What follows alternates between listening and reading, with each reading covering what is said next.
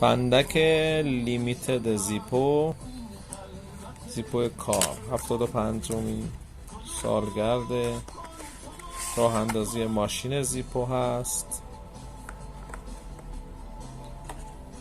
به صورت لیمیتد ادیشن هست.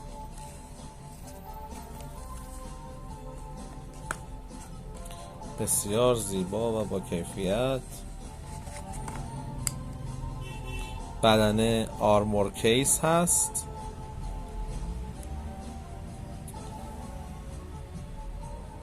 چاپ 360 درجه. طلاکاری شده آرم و شعله‌های زیپو. روی دودکش ماشین هم یه نگین سوارسکی نصب شده. بسیار با کیفیت و زیبا و شکیل.